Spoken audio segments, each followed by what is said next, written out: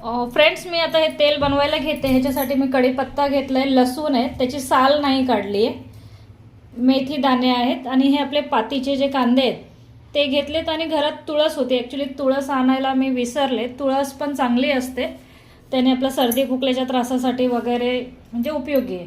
त्यानंतर खोबरेल तेल घेतलं आहे, हे मोहरीचं तेल आहे, हे तिळाचं तेल आहे. मोहरीचं तेल जे असतं त्याने आपले सांधेदुखी म्हणजे हाडाच्या दुखण्यावर किंवा सूज आली असेल तर त्याच्यावर भरपूर प्रभावी असतं. आणि तिळाच्या तेलाने आपली स्किन चांगली राहते. खोबरेल तेलाने सुद्धा बऱ्यापैकी आपले केसाचे हाडांचे प्रॉब्लेम कमी होतात. म्हणून मी हे सगळं मिक्स करून हे तेल बनवते.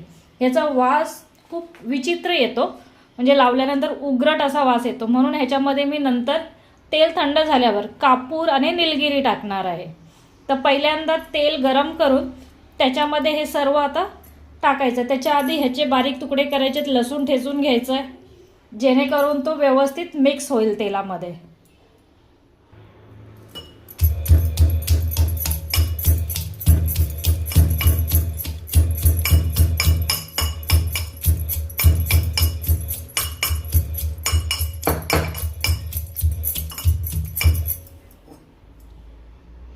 असं लसूण जो आहे तो ठेचून घेतलाय. आता हे कांद्याची पात पण मी बारीक चिरून घेते.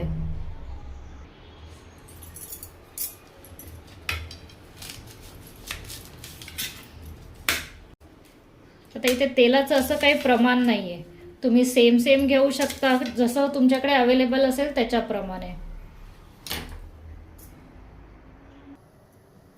कढई चांगली तापल्यानंतर सर्व तेल त्यामध्ये टाकून घ्यायची आहे. अंदाजे आपल्याला जेवढा तेल बनवायचं असेल तीनही तेल समान प्रमाणात घ्या किंवा कमी जास्त घ्या.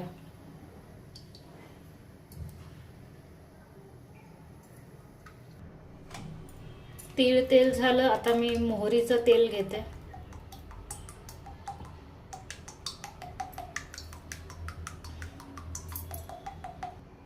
यानंतर खोबरेल तेल. तुम्ही साधं खोबरेल तेल घेतलं तरी पण चालेल, जसं तुमच्याकडे अवेलेबल असेल त्याप्रमाणे. तीनही तेल मिक्स करून झाले तर ह्यामध्ये मी सर्व साहित्य टाकून घेते. कढीपत्ता टाकला. आता कसं ह्या सर्वांना थोडाफार पाण्याचा अंश असतो, त्याच्यामुळे ना थोडंसं ते पाणी तेल कसं लगेच पाणी असेल तर बाहेर टाकायला सुरुवात करतं, त्यामुळे थोडंसं जपून राहायचं, नाहीतर तेल अंगावर उडण्याची शक्यता असते.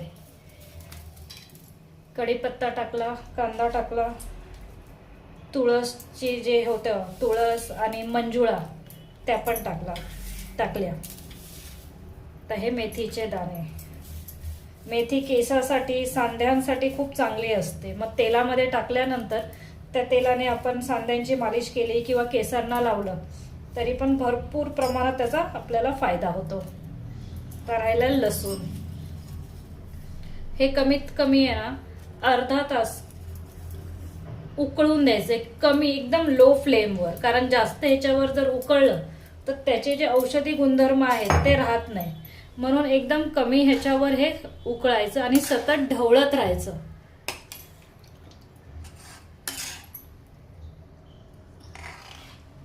ही खूप लेंदी प्रोसेस आहे, म्हणजे ह्याला खूप संयम असा लागतो. कंटिन्यू असं हलवत राहा त्याला. तर ह्याच्यामध्ये जेव्हा हे तेल झालं कसं समजणार, ह्या कढीपत्त्याचा जो कलर आहे तो चेंज होणार, क्रिस्पी होणार. पण हे व्हायला कमीत कमी अर्धा तास जातो. तुम्ही फास्ट गॅसवर केलं तर त्याच्यामध्ये कढीपत्त्याचे किंवा कांद्याचे कोणतेही गुणधर्म उतरणार नाही. हे जे पातीचा जो कांदा असतो, छोटा कांदा, ह्याच्यामध्ये संधिवातासाठी, त्यानंतर आपल्या हातापायाला सूज येत असेल, आपण पडलो असेल, पाय सुजला असेल, हाताला मुका मार लागला असेल, त्यासाठी हा कांदा खूप गुणकारी आहे.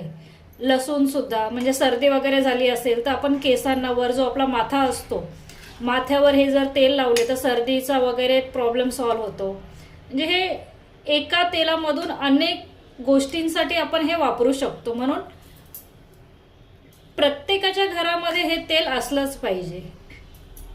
आता हे तेल जर बनवलं तुमचं कमीत कमी 6 महिने जातं. मग 6 महिन्यातून एकदा आपण अर्धा तास तर देऊच शकतो. बाहेरची औषधं घेण्यापेक्षा अशा प्रकारे तेल बनवलं तर तुम्हाला घरच्या घरी लगेच आराम मिळतो. उभं राहून खूप पाय दुखत असतील तर रात्रीचं काय करायचं, हे जे तेल बनवलेलं असतं ह्याच्यामध्ये थोडं मीठ टाकायचं आणि हलक्या हाताने मालिश करायची, जोरात नाही, तेल मुरेल एवढंच. आणि त्याच्यानंतर सॉक्स वगैरे घालायचे आणि झोपायचं. असं तुम्ही आठवडाभर केला ना तर तुमची टाचदुखी, सांधेदुखी सर्व काही व्यवस्थित होईल. कुठून पडले असेल, पाय मुरगळला असेल तेव्हा सुद्धा तुम्ही हे तेल वापरू शकता.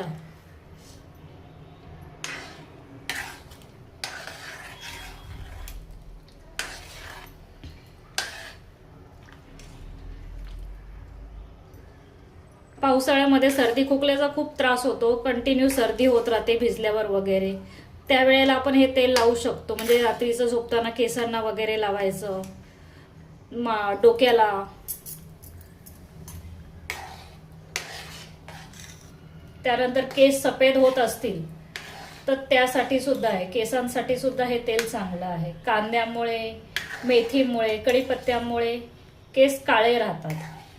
जर तुमचे केस सफेद व्हायला लागले असतील आणि तुम्ही जर हे तेल वापरलं तर ती प्रक्रिया कमी होईल. बंद तर होणार नाही, कारण शेवटी केस पांढरे होतातच. आणि आजकाल एवढं प्रदूषण, एवढं हे आहे की त्याच्यामुळे केस लहान लहान मुलांचे सुद्धा पांढरे होतात. म्हणजे माझ्या मुलाचे सुद्धा केस पांढरे झालेले आहेत. तुम्ही बघा आता पाण्यामुळे वगैरे कसा फेस आलेला आहे. हा फेस पूर्ण निघून गेला पाहिजे, फेस अजिबात राहायला नाही पाहिजे. तोपर्यंत आपल्याला कंटिन्यू ह्याला असंच हलवत राहायचंय, ढवळत राहायचंय. तेल चांगलं शिजलं पाहिजे. सर्व अर्क जो आहे ह्यांचा, हा अर्क ह्यामध्ये उतरला पाहिजे.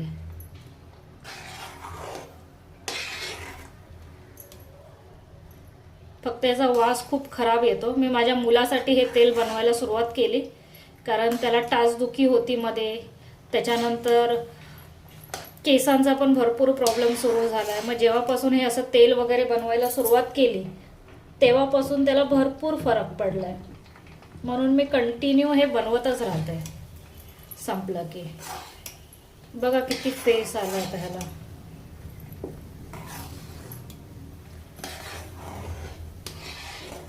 एकदम लो फ्लेमवर आहे.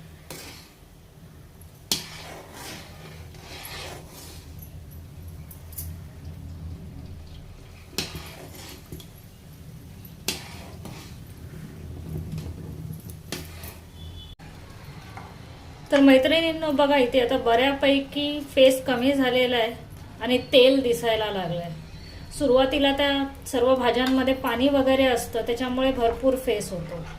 तर आणखीन फेस कमी झाला की मग हे तेल थंड होऊ द्यायचं पूर्णपणे आणि त्यानंतर गाळून घ्यायचं आहे. हे बघा सर्व भाज्यांचा सर्वाचा कलर कसा चेंज झालाय. तर ह्यामध्ये आपण आता कढीपत्ता बघूया. कढीपत्त्यावरून समजेल की हे तेल झालंय की नाही. हा आहे ना असा कुरकुरीत झाला पाहिजे.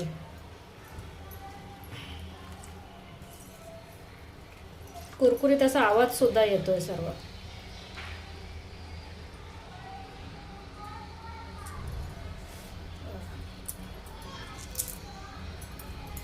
हात भाजला. तर आता हे तेल झालेलं आहे, कारण कढीपत्ता कुरकुरीत झाला आणि त्याचा कलर पण जास्त काही चेंज नाही झाला, म्हणजे करपला नाहीये. थोडासा फेस जाईपर्यंत एक 5-10 मिनिटं ठेवते आणि मग गॅस बंद करते.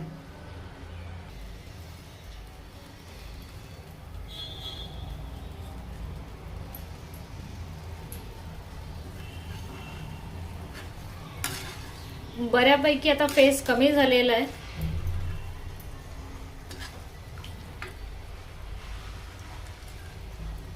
याचा अर्थ हे तेल आता तयार झालेलं आहे. तर तेल तयार झालंय त्यामुळे मी आता हा गॅस बंद करते आणि ह्याला थंड होऊन देते. थंड व्हायला कमीत कमी 5 ते 6 तास जाणार. आता सध्या थंडी आहे त्यामुळे पटकन थंड होतं. गरमीमध्ये, उन्हाळ्यात त्याला थंड व्हायला पूर्ण रात्र जाते. तर मैत्रिणींनो, तेल इथे आता थंड झालेलं आहे.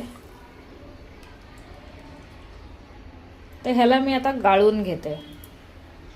माझ्याकडे छोटीच गाळणी आहे, मग त्या गाळणीने मी आता हे गाळून घेते तेल.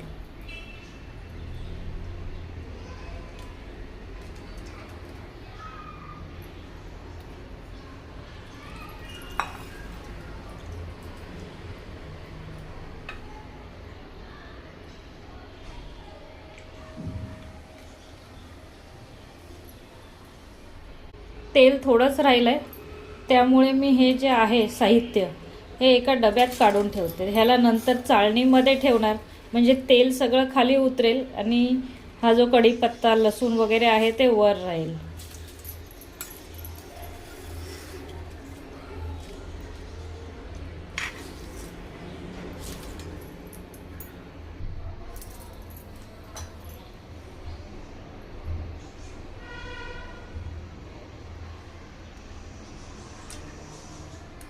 तेल थोडंच राहिलं आहे म्हणून मी डायरेक्ट आता कढईच घेतली आहे, म्हणजे पटापट होईल.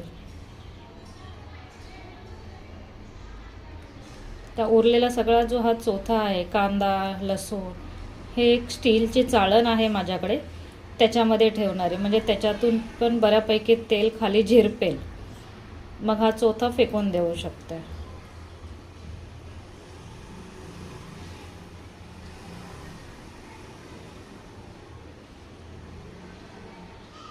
हे एवढे कापूर घेतलेत जेणेकरून कापराचा चांगला सुगंध या तेलाला येईल.